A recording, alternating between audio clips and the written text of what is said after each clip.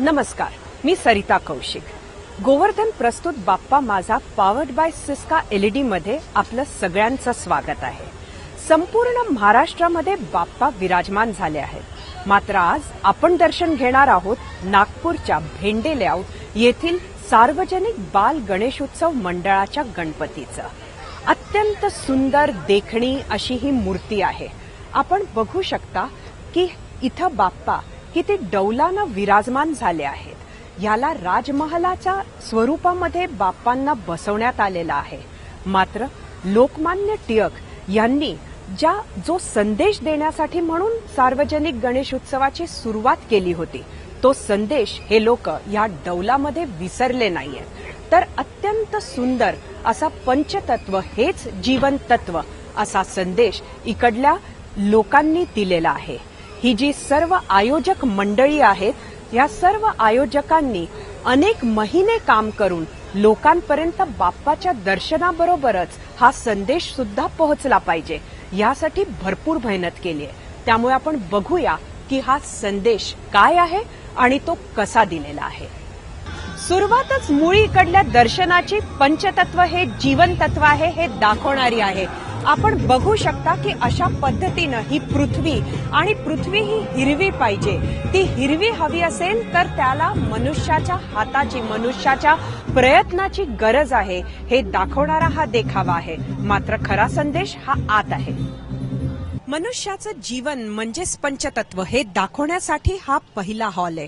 हा मनुष्य इथे असला तर मनुष्य हा कुठल्या पंचतत्वांनी बनलेला आहे हा पहिला संदेश आहे. मग ते आकाश दाखवलेलं आहे, इथे पृथ्वी दाखवलेली आहे.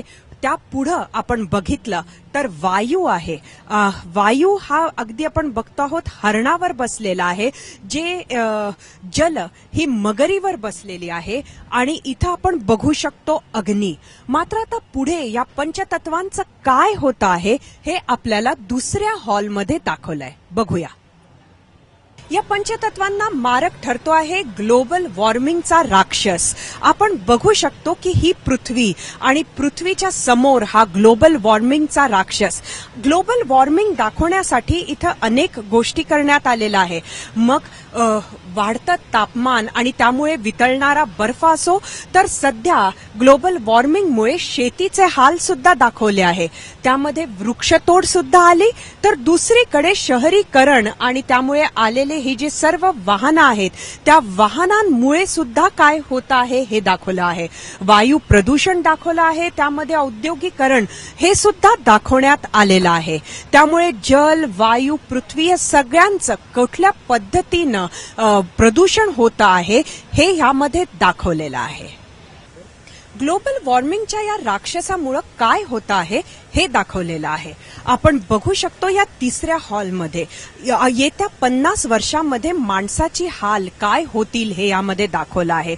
ऑक्सिजन मास्क लावूनच माणसाला जिवंत राहावं लागेल, तर तिकडं शेतकऱ्याची हालत ही अशी झालेली राहील हे सुद्धा दाखवलेलं आहे.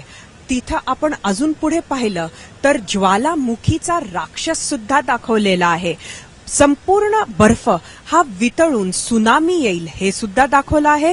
तर प्रदूषणामुळे सुद्धा लोकांचे भरपूर हाल होतील, जनावरं ही मरून पडलेली राहतील, असं सगळं इकडे दाखवलेलं आहे. आणि मग लोक इथं या गणपती बाप्पाचं दर्शन घेतात. हा आहे सार्वजनिक गणपती.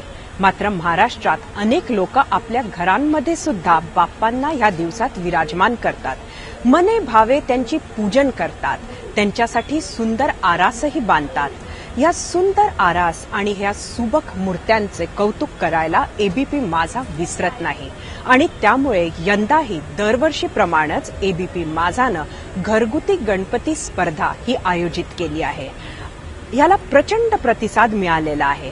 आपण बघूया आजचे 10 सुंदर देखावे आणि कोण ठरतंय आजचे विजेते. दरवर्षीप्रमाणे यंदाही आमच्या घरगुती गणपती स्पर्धेला तुमचा भरभरून प्रतिसाद मिळतोय, त्याबद्दल धन्यवाद.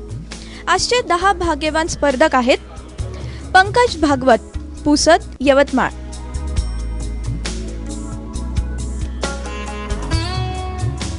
बाबासाहेब जाधव, चिंचवड, पुणे;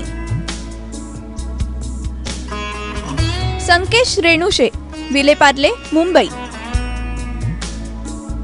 अमोल क्षीरसागर, औरंगाबाद. मयूर पालवे, कल्याण. स्वाती केदार सहस्रबुद्धे, बोरिवली. सलोनी सावंत देसाई, पाली.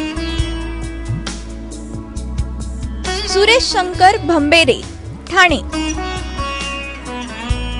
आशुतोष झारे, जळगाव. निलेश नाहार, पुणे.